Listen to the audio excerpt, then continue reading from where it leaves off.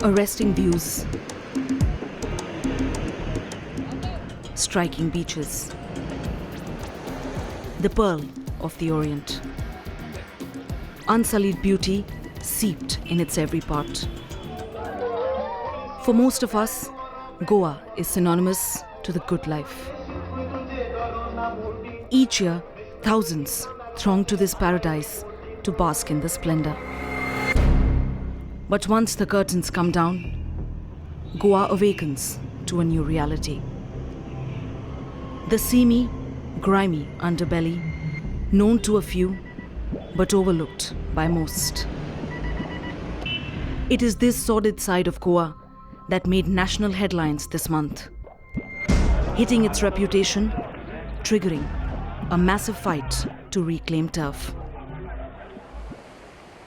There were warning signs of an impending law and order crisis in this tranquil holiday town.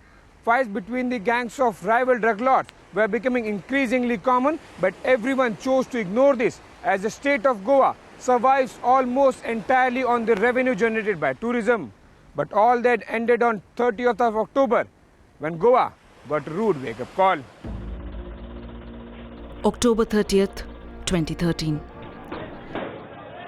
A Nigerian national found dead with stab wounds at Mapusa, near the Goan capital. What led to the death still remains a mystery.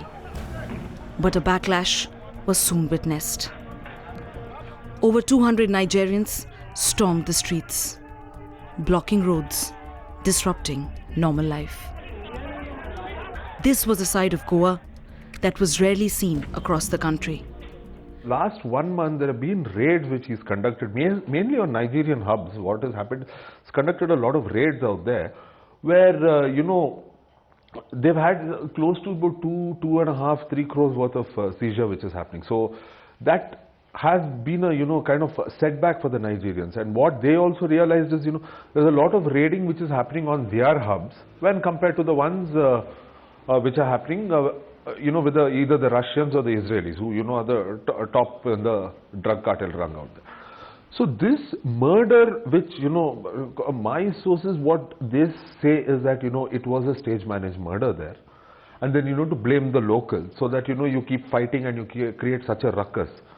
So overall, it was something to embarrass the Goa establishment, saying that you guys are poking your nose into our business, so we want to hit back. See, the action of Nigerians blocking roads in Goa, going berserk, beating up Goans as well as Goan police, cannot be justified by the threat of deporting 1 million Indians staying in Nigeria.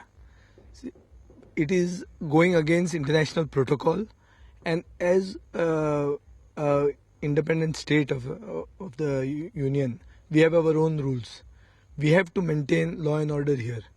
And this is clearly a case of drug traffickers trying to control the states and using the international diplomacy to try to scuttle our voice. But for the residents of this sunshine state, the truth had been staring at them for years.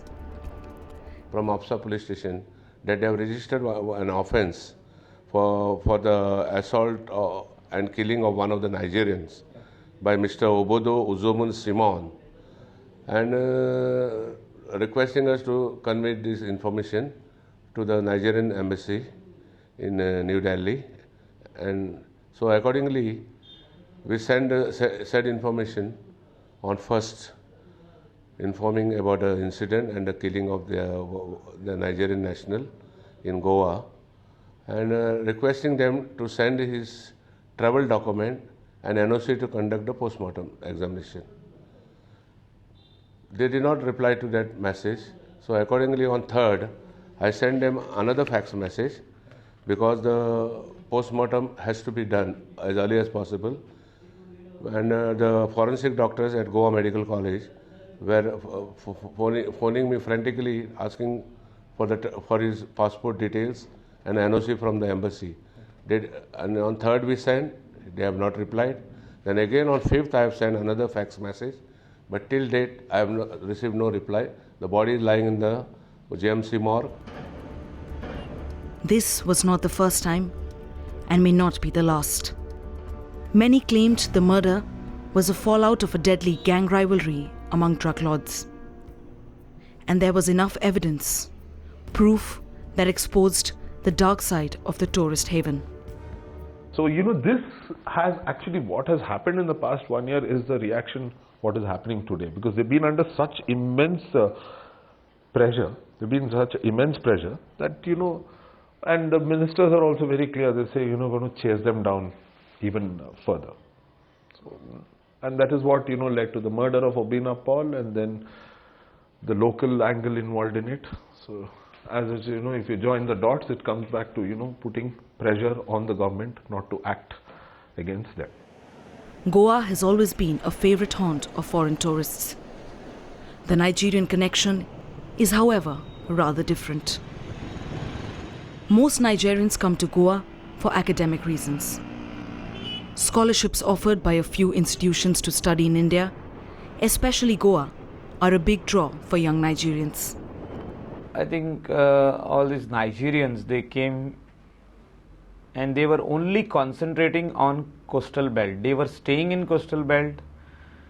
Some of them came as students, some of them came on as tourists. They were getting short visas.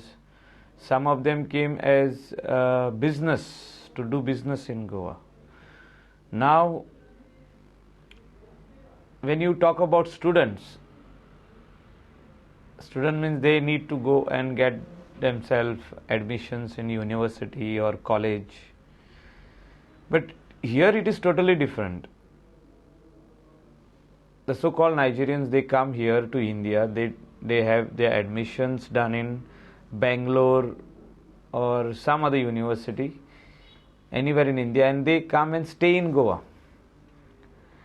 And in that angle, the government till today has not thought how are we going to handle this.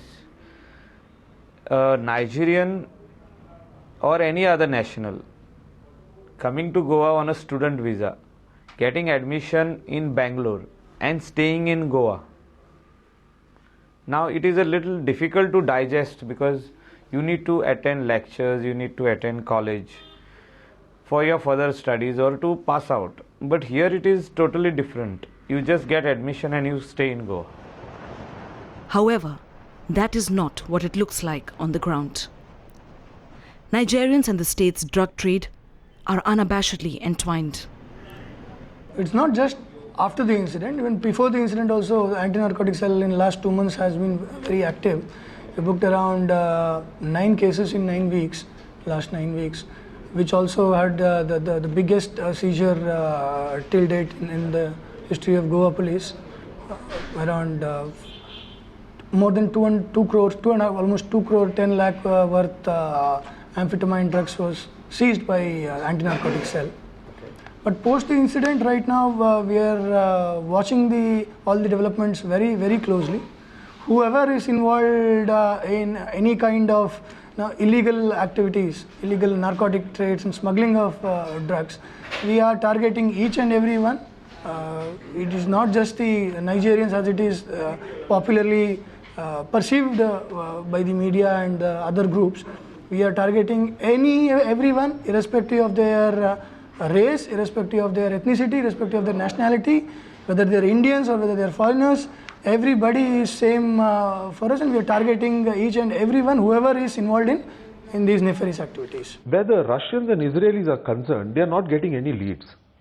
So nothing is leading up to them basically. That is one thing what is happening. They are getting no leads absolutely. Whereas Nigerians, what is happening is they are supplying a lot to locals, where there's a direct dealing between locals, and locals are very easy to break. Now the thing is, that for the local he has to continue to live there. No, he doesn't want the cop hit on him all the time there. So he is very easy to break. So what anti-narcotic cell has basically managed is to put in a lot of moles into their network, because it was easier to break into their network. Whereas the Russians have been very, very clannish that way, Russians or Israelis. Russians have got 50,000 people coming in every year to Goa. So that is a good enough market for them. Areas like Para, a village near Mapusa town, and famous beach destinations like Anjuna and Arambol have become Nigerian enclaves. On any given occasion, one can see young Nigerians zooming around on rented motorcycles in this area.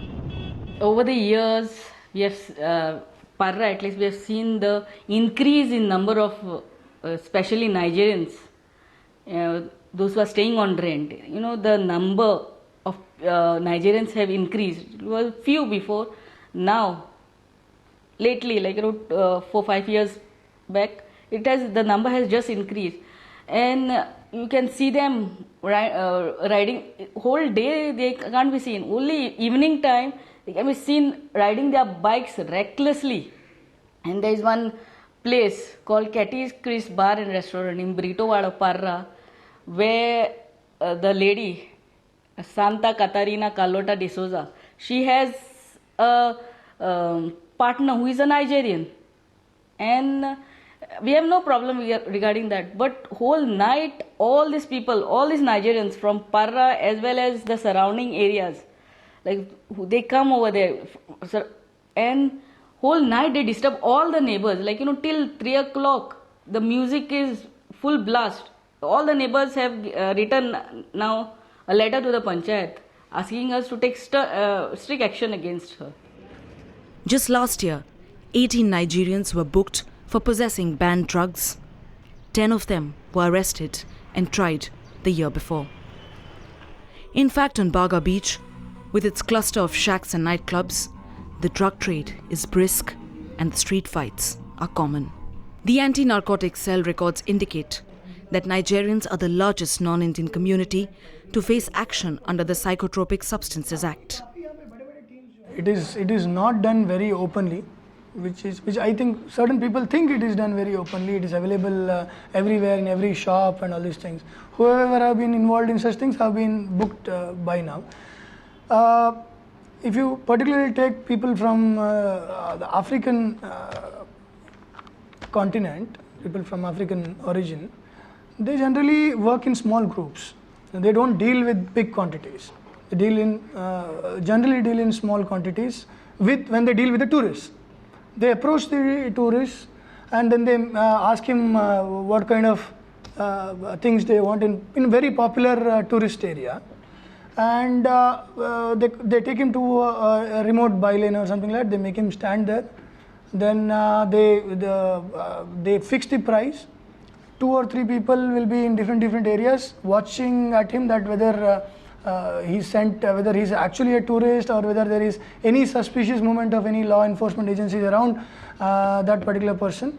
Then they signal it to that fellow who would have hidden these narcotic drugs in a particular ground or somewhere. He would have dug it up, and then he gets it.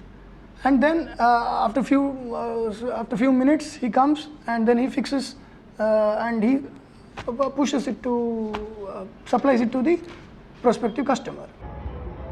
This reality is known to all, who flock to Goa every year in December, and the residents have been struggling to come to terms with it for years. The drug trade is live and thriving. In fact, it is extremely simple to acquire the banned substance just by paying few thousand rupees. The drug lords of the region have absolutely no fear of the law. And this open market, some justify as a crackdown on the illegal residents.